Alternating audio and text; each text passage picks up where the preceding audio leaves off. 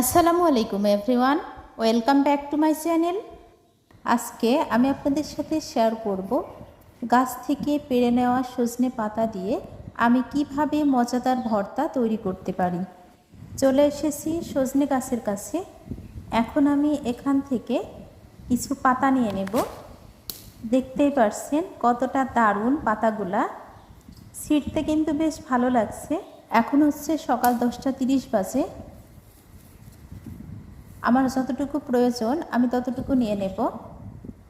এটা দিয়ে আমি দুইটা রেসিপি করব, সজনে পাতা ভর্তা এবং ভাজি। আমরা যেটাই করি না কেন, যদি একটু টাটকা টাটকা সেটা করা যায়, খেতে কিন্তু বেশ ভালো লাগে। এক হাত দিয়ে আমি মোবাইল ধরে আছি, আর এক হাত দিয়ে আমি সজনা পাতা ছিঁড়তেছি, যার কারণে একটু কষ্ট হয়ে যাচ্ছে আর কি।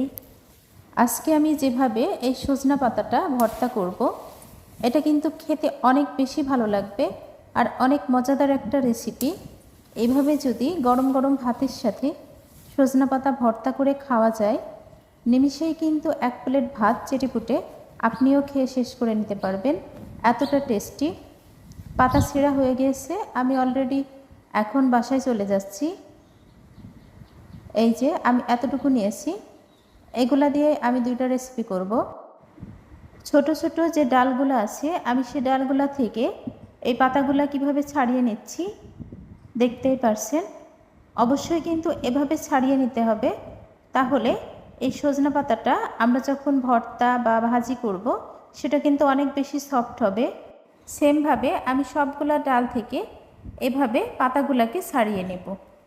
পাতাগুলাকে ছাড়িয়ে নিয়ে এখন আমি ধুয়ে নিচ্ছি। অবশ্যই এই পাতাগুলা কাটার আগে ধুয়ে নিতে হবে। যদি আমরা কাটার পরে ধুই তাহলে কিন্তু পুষ্টি গুণাগুণ নষ্ট হয়ে যাবে।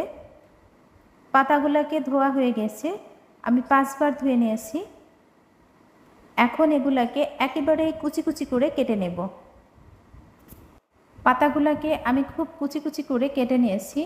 দেখতেই পারছেন এটা যে সজনে পাতা সেটা কিন্তু বোঝা যাচ্ছে না, এতটা কুচি করে কেটেছি। এই সজনে পাতাটা আমি কাটা শিখেছি আমার দাদির থেকে। আমার দাদি যখন এই সজনে পাতা কাটতো, তখন আমি পাশে বসে থাকতাম আর দেখতাম যে কিভাবে কাটতেছে। তো অবশ্যই দাদি আর বেঁচে নেই, এখন মারা গেছে উনি। সজনে পাতা ভর্তার জন্য আমি যে যে উপকরণগুলো নিয়েছি: পেঁয়াজ, রসুন, কাঁচামরিচ, শুকনা মরিচ। ভর্তা তৈরির জন্য আমি চুলায় একটা কড়াই বসিয়ে দিয়েছি। কড়াইয়ে আমি 2 টেবিল চামচ পরিমাণ সরিষার তেল দিয়ে নিয়েছি। সরিষার মধ্যে প্রথমে পেঁয়াজ, তারপরে রসুন, লাল এবং সবুজ কাঁচামরিচ দিয়ে নিলাম। এগুলাকে আমি লাইট ব্রাউন কালার করে ভেজে তেল সহ উঠিয়ে নেব। আর আপনারা অবশ্যই এই রেসিপিটা একেবারেই সম্পূর্ণ দেখবেন, কেউ স্কিপ করবেন না, তাহলে বুঝতে পারবেন আমি কিভাবে আজকে সজনে পাতাটা ভর্তা করে নিয়েছি। পেঁয়াজ, রসুন, কাঁচামরিচ উঠিয়ে নিলাম। এবার সেই কড়াইয়ে আমি কুচি করে রাখা সজনে পাতাটা দিয়ে নিলাম। পেঁয়াজ কুচি, গোটা কাঁচামরিচ সবুজ এবং লাল, আর রসুন দিয়ে নিচ্ছি। স্বাদ মতো একটু লবণ দিয়ে নেব। লবণের পরিমাণটা কম দিয়েছি কারণ আমি ভর্তা তৈরির সময় আর একটু লবণ দিয়ে নেব। এবার এটাকে আমি সিদ্ধ করে নেব। এখানে আর কোনো তেল দেব না, তেল দেওয়ার প্রয়োজন নেই। আমি যখন ভর্তাটা তৈরি করব তখনই তেলটা দিয়ে নেব। দিয়ে দিচ্ছি শাক সিদ্ধ হওয়ার জন্য পানি। এই শাকটা কোনোভাবেই ঢেকে দেওয়া যাবে না, যদি ঢেকে দেওয়া যায় তাহলে কিন্তু এর কালারটা নষ্ট হয়ে যাবে, এরকম গ্রিন থাকবে না। যতক্ষণ না শাক থেকে পুরোপুরি পানিটা শুকিয়ে আসবে ততক্ষণ পর্যন্ত আমি মিডিয়াম টু লো হিটে এই শাকটা রান্না করে নেব। দেখতেই পাচ্ছেন শাকগুলো কিন্তু একবারেই সফট হয়ে গেছে, শাক থেকে পানিগুলো পুরোপুরি শুকিয়ে এসেছে। এখন আমি এটাকে উঠিয়ে নেব ভর্তা তৈরির জন্য। আমি আজকে শিলপাটাতে এই সজনে পাতাটা ভর্তা করে নেব। তার জন্য নিয়ে চলে আসলাম আমার সেই বিশ্ব সুন্দরী শিলপাটাটা। মানে এটা কিন্তু আমার শিলপাটা, আমি এটাতে কাউকে হাত দিতে দিই না। আমি যখন কোনো রেসিপি করি তখনই আমি এই শিলপাটাটা ব্যবহার করি, এর জন্যই বললাম যে বিশ্ব সুন্দরী পাটা। এবার শিলপাটাতে আমি এগুলাকে বেটে নেব। একেবারেই কিন্তু মিহি করা যাবে না, যদি মিহি করা যায় তাহলে টেস্টটা একটু কম আসবে। এমনভাবে বেটে নিতে হবে যেন একটু আস্ত আস্ত থাকে পাতাগুলা, সেরকমভাবে সবগুলা শাক আমি এভাবে বেটে নিয়েছি। এখন ভর্তাটা তৈরি করে নেব। প্রথমে দিয়ে দেব সে ভেজে রাখা পেঁয়াজ, রসুন এবং কাঁচামরিচটা তেল সহ রেখেছিলাম। এই তেলটা দিলে টেস্টটা আরও বেশি ভালো আসে। আর আমি কাঁচা তেলটাও দিয়ে নেব। দিয়ে দিচ্ছি পেঁয়াজ কুচি। এখানে আমি 3টা শুকনা মরিচ ভেজে নিয়েছিলাম, সেটা এভাবে ভেঙে দিয়ে নিচ্ছি। দিয়ে দিচ্ছি 2টা কাঁচামরিচ, সেটাও হাত দিয়ে ভেঙে দিয়ে দিচ্ছি।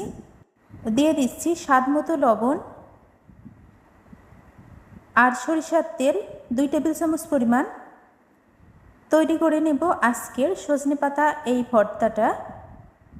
খেতে কিন্তু অসম্ভব মজা হয়েছিল, দেখতেই পারছেন কতটা লোভনীয় হয়েছে। আর আমি যেভাবে এই সজনেপাতাটা সিদ্ধ করে নিয়েছি, ওভাবে যদি সিদ্ধ করে নেন তাহলে আপনি যদি ভর্তা তৈরি করেন কালারটা কিন্তু একেবারেই গ্রিন থাকবে, আপনার কালারটাও নষ্ট হবে না কোনো রকম। খুব দারুণভাবে আমি ভর্তাটা তৈরি করে নিয়েছি। যে কোনো ভর্তা তৈরির সময় আপনারা কখনো শিলপাটার উপরে ভাত মাখিয়ে খেয়েছেন কিনা জানি না। তো আমি এই ভর্তাটা উঠিয়ে নেব আর তারপর কিছুটা ভাত নিয়ে সেই পাটার উপরে মাখিয়ে নেব।